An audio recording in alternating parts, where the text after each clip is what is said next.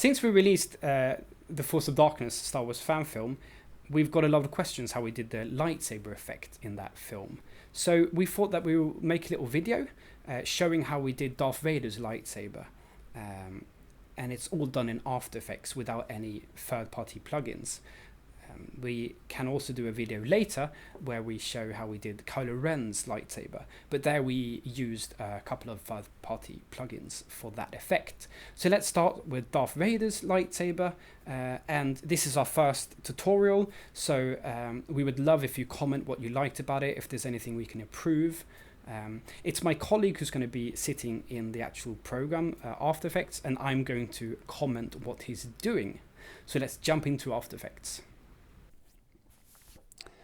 So what you do here is you import your footage. Here we're going to see a clip called Snow as well. We're going to use that later for some interesting effects. But let's start with importing the footage, drag it down to create new comp button right there. Now he's going to create a solid by going to Layer, New, and then Solid. Since this is going to be replicating that we're filming it with a camera, we're not going to go with 100% saturation of the red color. Instead, we're going to go with perhaps about 90. This depends on the camera. Then he toggles the visibility of the layer by turning off the little eyeball there. So what we do from here is we just draw out the shape of the lightsaber. Don't use too many points because then you might get problems with one point going around away, and I just find it easier to use as few points as possible here. You also have to draw the actual tip of the lightsaber. And then from here, you connect the lightsaber, and then we're gonna press on the stopwatch under the mask settings. So what that does is basically starts recording the movement of what you're gonna do with the mask from here on out. Let's see, yeah, he's pulling down that menu right now and clicking in the mask path stopwatch. So you see there a little, what do we call it, a diamond appearing on the timeline. So now when he moves the mask in between those keyframes, as they're called, there's going to be a movement created. That's going to be a value in between those two positions, basically. You can also change the color of the mask just so you see it better. So blue is a good contrast color. You also see him when he moves this mask here. Let me see if this example comes up. You see something called an anchor point, which is that little dot he's going to be moving now to the hilt.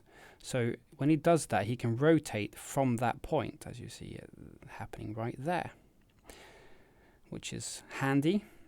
So we can speed this along. You understand the basics. He's just gonna continue doing the same here. I can also say that he's gonna jump about 5 frames ahead. So he basically does a keyframe every 5 frames because that's a good start, and then he can go back and see what it looks like in between those frames and see if he needs to do it even more. Sometimes it's enough. Sometimes you have to keyframe every single frame. It depends completely on how much movement there is in the shot. And when he's done that, he can now turn on the lightsaber layer or the core layer just to see what it looks like. In some cases, you might have to actually remove the stand-in lightsaber that the actor is holding because you want the core to be thinner than what the prop you have is. But here we're going to be fine, but that's something to keep in mind, that your actor shouldn't be holding too thick of a lightsaber.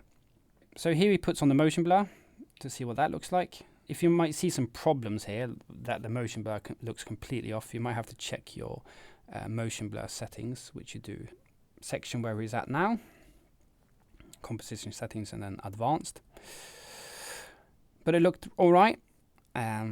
So here we have the core. This is our core of the lightsaber. So now he's going to rename it to the core, and then he's going to duplicate it. So what he's going to try to do now is make it look like it's light, like it's glowing. He's not going to use glow for this, he's going to use blur. So choose the effect Gaussian blur.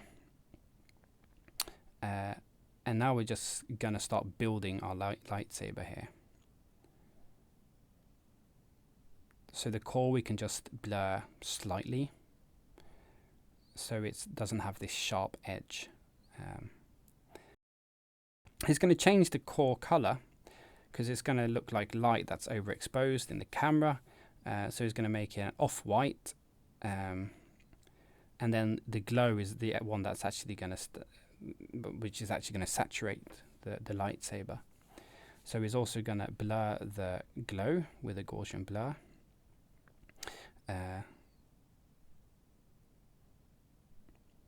Yeah, changing the screen mode to, or the blending mode to screen, and then blurring it out. And here you see the first look of it actually looking like it's something that's bright.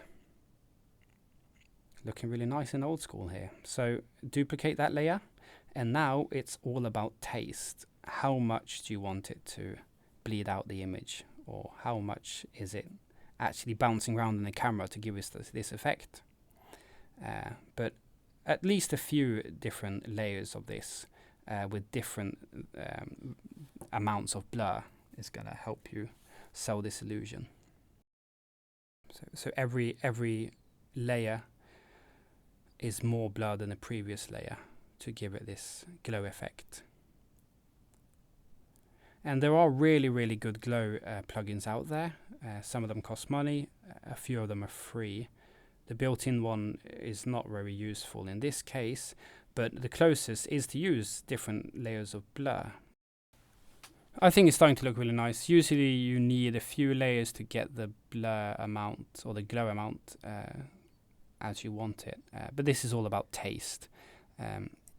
You can also, if you've blurred the layer so much that it's barely visible, you can use a levels and then choose alpha on the channel, and then the input white, you can drag it down until it's visible again.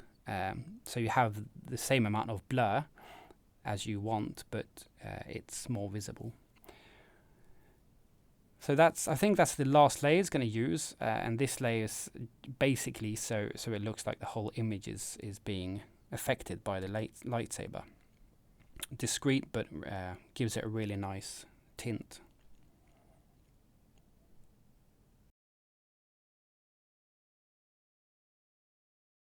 What he's going to do now is going to start working on the flickering, because all lightsabers flicker, don't they? So the way he does this is he uses an adjustment layer.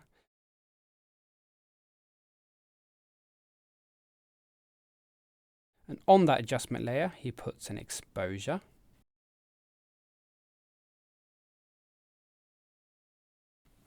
And now we're going to use some expressions. So you Alt-click on that stopwatch exposure.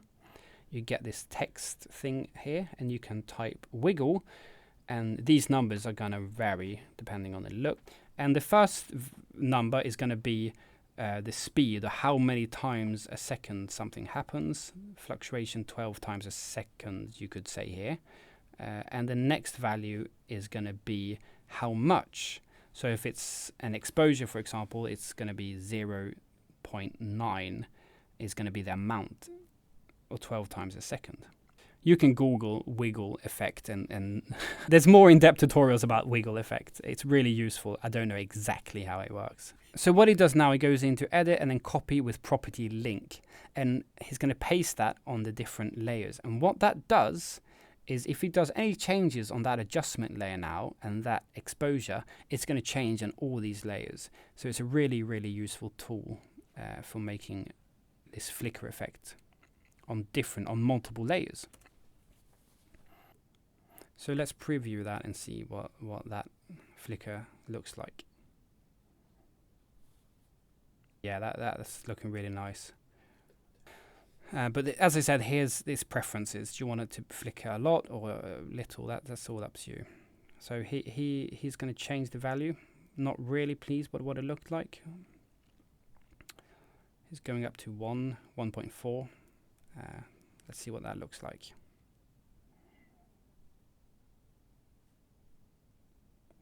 you can see it now. It's a lot more, but let's see if it's good. Yeah, that's really nice. That's really nice. So I think he's happy now with the actual glow, or the outer rim of the lightsaber. So what he has to do now is, or what he's going to do now is try to make the core look flickery as well. And this is a throwback to the original films where the core was hand drawn. So I don't know if it was a happy accident, but the flickering came natural since every frame was different. Every single frame was different. So here he's going to use something called an inner and outer key to change the thickness of the core. And he's going to, again, use the expression wiggle.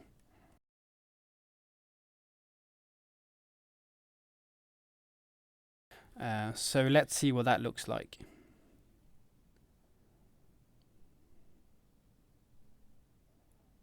Yeah, that's looking really, really nice.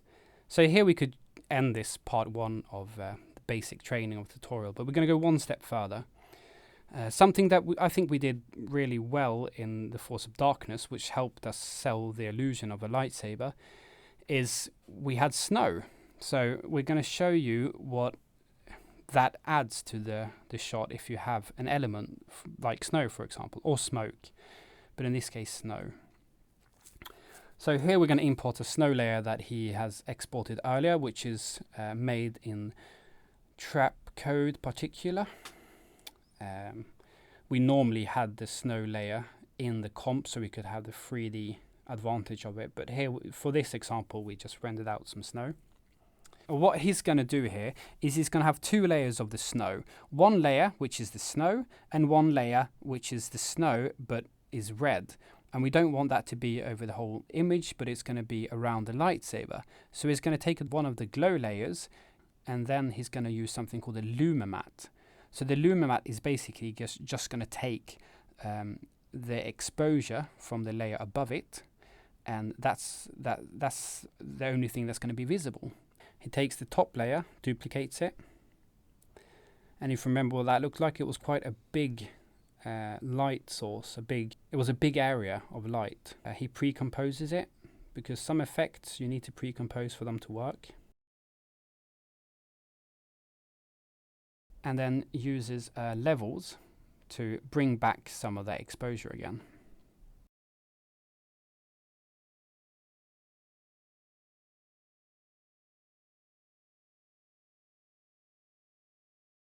So then he can use a fill effect and turn that into a red color. And then he's going to press screen, so it looks a bit more like light.